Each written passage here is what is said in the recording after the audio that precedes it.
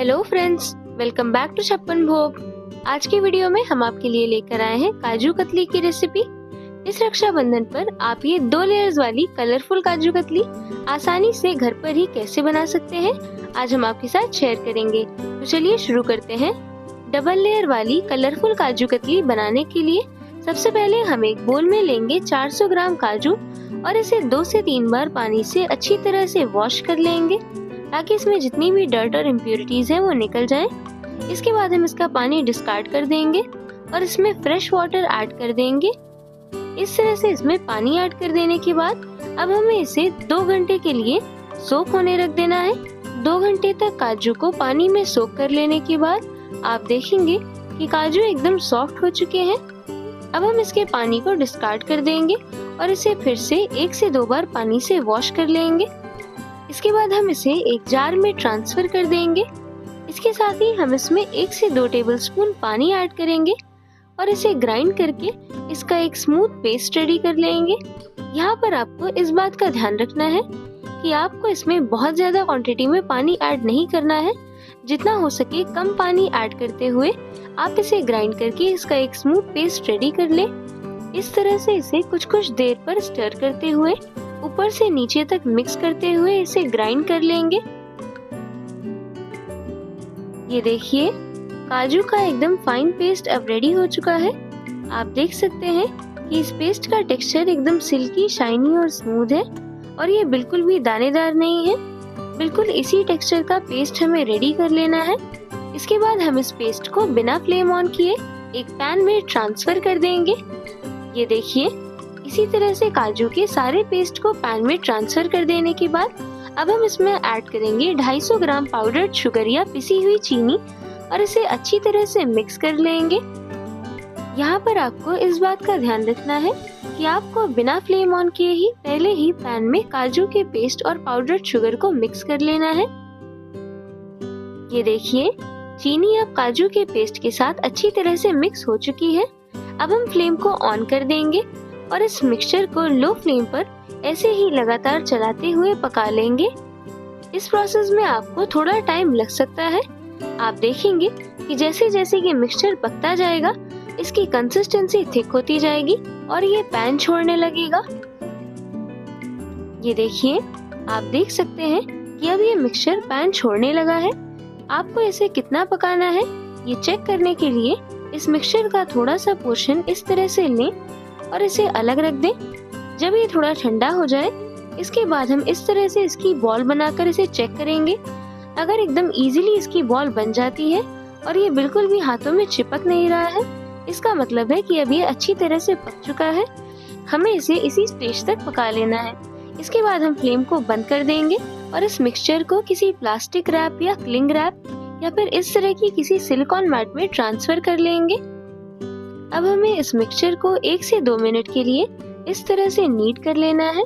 इस स्टेज पर ये काफी ज्यादा गर्म होता है इसीलिए हम यहाँ पर सिलिकॉन मैट की हेल्प से ही इसे नीड कर रहे हैं। अगर आपके पास सिलिकॉन मैट या क्लिंग रैप अवेलेबल नहीं है तो आप किसी भी नॉर्मल घर की प्लास्टिक का यूज करते हुए उससे भी इसे नीड कर सकते हैं। 1 से 2 मिनट तक नीड कर लेने के बाद अब हम इस डो को इस तरह से 2 इक्वल पोर्शंस में डिवाइड कर लेंगे। इसके बाद हम इसमें से एक पोर्शन को ढककर अलग रख देंगे और दूसरे पोर्शन में इस तरह से पिंक फूड कलर मिलाएंगे और इस तरह से इसे नीड करते हुए पूरे डो में कलर को इवनली मिक्स कर देंगे। यहाँ पर हमने पिंक फूड कलर ऐड किया है। आप अपने पसंद का कोई भी कलर इसमें ऐड कर सकते हैं। ये देखिए आप देख सकते हैं कि कलर अब डो के साथ अच्छी तरह से इवनली मिक्स हो चुका है और पिंक डो रेडी हो चुका है। अब हम इस तरह से पिंक डो को थोड़ा फ्लैट करेंगे और इसे एक क्लिंग फिल्म के ऊपर इस तरह से प्लेस कर देंगे। इसके ऊपर भी थोड़ी क्लिंग फिल्म को लगाएंगे और इसके बाद हम इसे फ्लैट करके बेल लेंगे। यहाँ पर आपको इस बात का ध्यान रखना है कि जब आप इसे बेलें तो इसकी थिकनेस हर तरफ से एकदम इवन हो और इक्वल हो। ये कहीं से बहुत ज्यादा मोटा और कहीं से बहुत ज्यादा पतला ना हो। इस तरह से इसे बेल लेने के बाद आपको इसे रेक्टेंगल का शेप दे देना है। ये देखिए इस तरह से इसे रेक्टेंगल का शेप दे देने के बाद अब हम इसे एक दूसरे सरफेस पर ट्रांसफर कर देंगे। इसके बाद हम डो का दूसरा पोर्शन लेंगे। यहाँ पर हम इसमें कोई भी कलर ऐड नहीं करेंगे इसे व्हाइट कलर का ही रहने देंगे। अगर आप चाहें तो आप इसमें कोई और कलर भी ऐड कर सकते हैं। इस तरह से इसे भी फ्लैट करेंगे और इसे भी इवनली बेल लेंगे। अगर आप चाहें तो आप इसे बिना क्लिंग फिल्म के भी बेल सकते हैं, क्योंकि ये बिल्कुल भी स्टिकी नहीं होता है। इस तरह से बेलकर इसे भी रेक्टेंगल का शेप दे देना है। यहाँ पर आपको इस बात का ध्यान रखना है कि जितने बड़े साइज का रेक्टेंगल हमने पिंक डो का रेडी किया है, उतने ही साइज का रेक्टेंगल हमें रेडी कर लेना है। ये देखिए, इस तरह से व्हाइट रेक्टेंगल को बना लेने के बाद अब हम इसे पिंक लेयर के ऊपर इस तरह से प्लेस कर देंगे। इसके बाद हमें इसे इस तरह से बेलन से बेल लेना है, ताकि ये दोनों लेयर्स आपस में एकदम अच्छी तरह से स्टिक हो जाए और इसकी थिकनेस हर तरफ से एकदम इवन और इक्वल हो जाए। ये देखिए, इस तरह से इसे बेल लेने के बाद अब हम इसके ऊपर चांदी की वर्क लगाएंगे।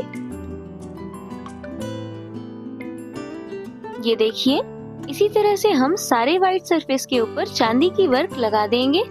इसके बाद हम इसे आधे घंटे के लिए रूम टेम्परेचर पर ऐसे ही सेट होने के लिए छोड़ देंगे। इसके बाद हम इसके पीसेस काट लेंगे। यहाँ पर हम इसके इक्वल पीसेस काटने के लिए इस तरह से एक रूलर का यूज कर रहे हैं। अगर आप चाहें तो आप अंदाजे से भी इसके पीसेस काट सकते हैं, पर अगर आप रूलर से इस तरह से इसके पीसेस काट रहे हैं तो आप सारे पीसेस एकदम सेम साइज के बना पाएंगे और बिल्कुल मार्केट जैसी काजू कतली रेडी कर पाएंगे।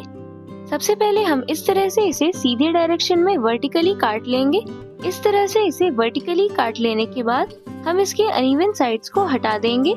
इसके बाद हम रूलर को इस तरह से डायगोनली प्लेस करके इसके पीसेस काट लेंगे। ये देखिए, इसी तरह से हम सारे पीसेस काट लेंगे। आप देख सकते हैं कि यहाँ पर हमने इतनी थिकनेस के पीसेस रेडी किए हैं। बिल्कुल मार्केट जैसी डबल लेयर वाली काजू कतली तैयार है।